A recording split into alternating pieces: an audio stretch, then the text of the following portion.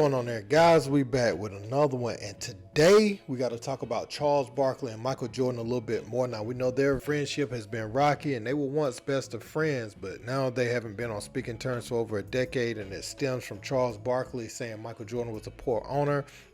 Well, now Jordan has sold the team, and Charles Barkley's recent comments on the Spittin' Chicklets podcast recently will not do that any favors. Now, Barkley was asked about a lot of questions around the Dream Team, but one specific is the thing about Isiah Thomas being left off the Dream Team and if Jordan had anything to do with it. Now, Jordan has denied this several times that he had a hand in it, but then there's been audio that came out that suggested he did. So Charles Barkley said Michael Jordan been lying for 100 years about this, and obviously there's an exaggeration on the number, but he's pretty much saying he's been lying for the duration of this thing, and it is common knowledge within the circle, so it's not even a good lie that's believable when so many people know the truth about why he wasn't on the team. There's no way that Isiah wasn't going to play for Chuck Daly on the Dream Team. You know what I'm saying? So it was obviously internal, and Michael Jordan was behind that. Let's check out what Chuck had to say, and then let's listen to the audio that shows Jordan had something to do with that. That's awesome. Yeah. I got just one last one, the Dream Team. Now, obviously, Leighton was on the team. Famously, Isiah Thomas wasn't. Was that strictly because MJ didn't want him there, and that was it? Because, I mean, Chuck Daly was his own coach with the Pistons, and he still wasn't on the team. Yeah, you know what's so crazy about that? That's been a controversy since '92. And I've said publicly, they never asked us about me, personally, about Isiah. And then Michael, I guess, had lied for 100 years. Saying he had nothing to do with it. And then the tape came out. They got Michael on tape saying he wouldn't play if Isiah's on the team. So I guess it's true. But I've always told Isiah this, because I like Isiah. They never asked, I can't speak for other players, to be honest with you. I don't know who they asked. They didn't ask me. But around the association reaction. I guess Michael didn't want him on the team, plain and simple. They called me to ask me to play. Rob phone called me and said, Rob, I won't play with Isiah Thomas on the team. He assured me, he said, you know what? Chuck doesn't want Isiah, so Isiah's not going to be a part of the team. I tried to do everything correctly, and I thought I should have made that Dream Team. However, I wasn't a part of it. That hurt me. And looking back, if I'm not a part of the Dream Team because, a lapse in emotion in terms of not shaking someone's hand, if that's the reason why I didn't make the Dream Team, then I am more disappointed today than I was back then when I wasn't selected. Isiah, I was upset of watching a documentary of a guy being an asshole to everybody, but then called me an asshole, and I ain't been nothing but nice to this dude. Now, this real talk. Go back and document it. You can go back on the west side of Chicago. I ain't talking about Michigan Avenue where they used to kick me off for shining shoes. I couldn't shine shoes on Michigan Avenue. I couldn't shine shoes on Rush Street. They kicked me out of there. On the west side of Chicago, that's where I'm from, okay? Now, on the west side of Chicago, when Michael Jordan got to Chicago, I made it real easy for him to walk those streets on the west side of Chicago. My family took care of him. My sister and his brother hung out as friends. My little nephew lived with Michael Jordan. Wow. I'm gonna say this again. My little nephew lived with Michael Jordan.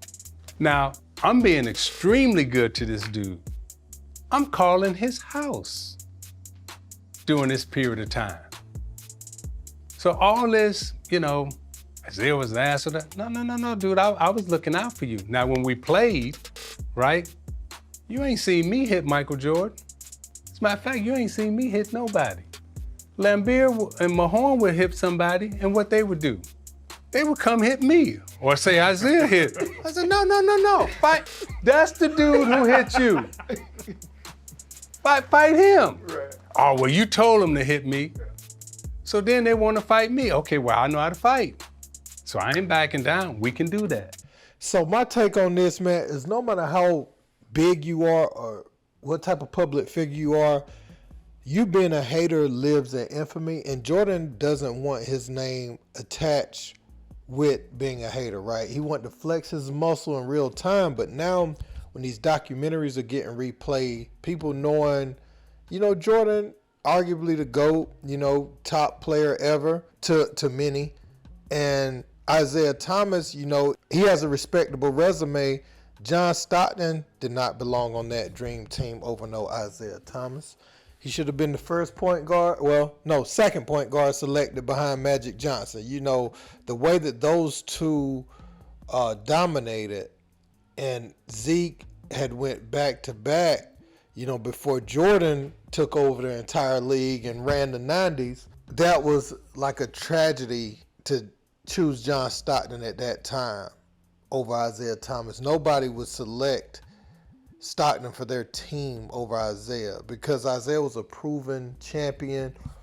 I think, the Pistons, they were the bad boys, so the team was looked at a certain way.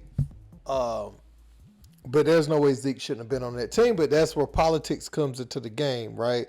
You can't have your country playing in Michael Jordan where he had elevated to at that time.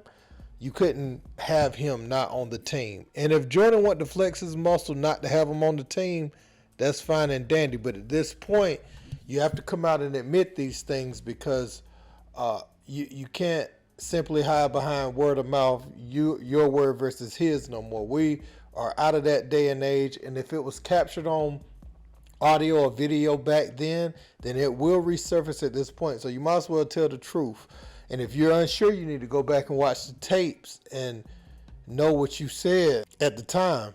And so a lot of people wonder why Zeke chooses LeBron James or, he's choosing certain people for the GOAT. Well, put yourself in Zeke's shoes. Put yourself in Zeke's shoes. Because I have so many people saying, man, he just hating on Jordan. He's still bitter. If Michael Jordan was doing these things to your career, act like you're him, not a fan, but you're actually Isiah Thomas, and Michael Jordan was doing these things to you, would you be all in on Michael Jordan as the GOAT now? I don't think so. And whatever happened, happened. They didn't shake hands in the line. They had this dream team mix up. Whatever the case. But to then get on the Last Dance documentary and say things, and we found out that Isiah Thomas had family members holding Mike down in Chicago. When Jordan first moved out there, he had people around Jordan where nothing wouldn't happen to him. He wouldn't get jacked. He won't end up in the wrong parts of the city.